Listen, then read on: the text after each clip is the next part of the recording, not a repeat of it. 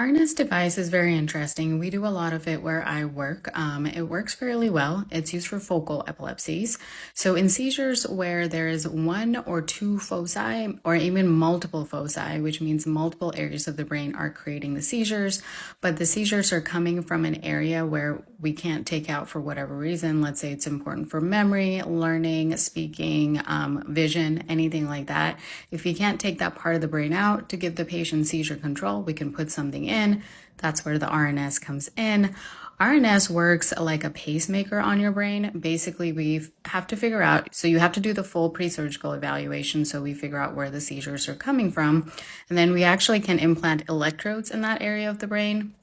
Just like the pacemaker works on the heart, the RNS electrodes put out small electrical signals throughout the day in that area of the brain.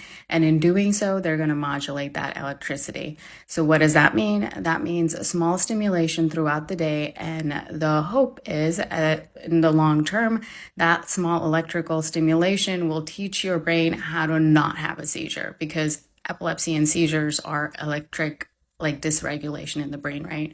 So that small electrical activity that the RNS puts out can train your brain to not make bad electricity in a sense.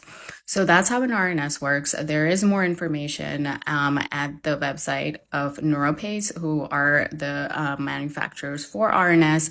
So far, we've had good results, but of course, it's not for everyone. You think you're interested in this, definitely talk to your doctor. You should go to a big center that does a lot of RNS. I wouldn't just go to anyone. And lastly, before you even discuss any kind of epilepsy surgery, make sure you're a candidate, which means you've tried at least 2 seizure medications at good doses and have still poor seizure control.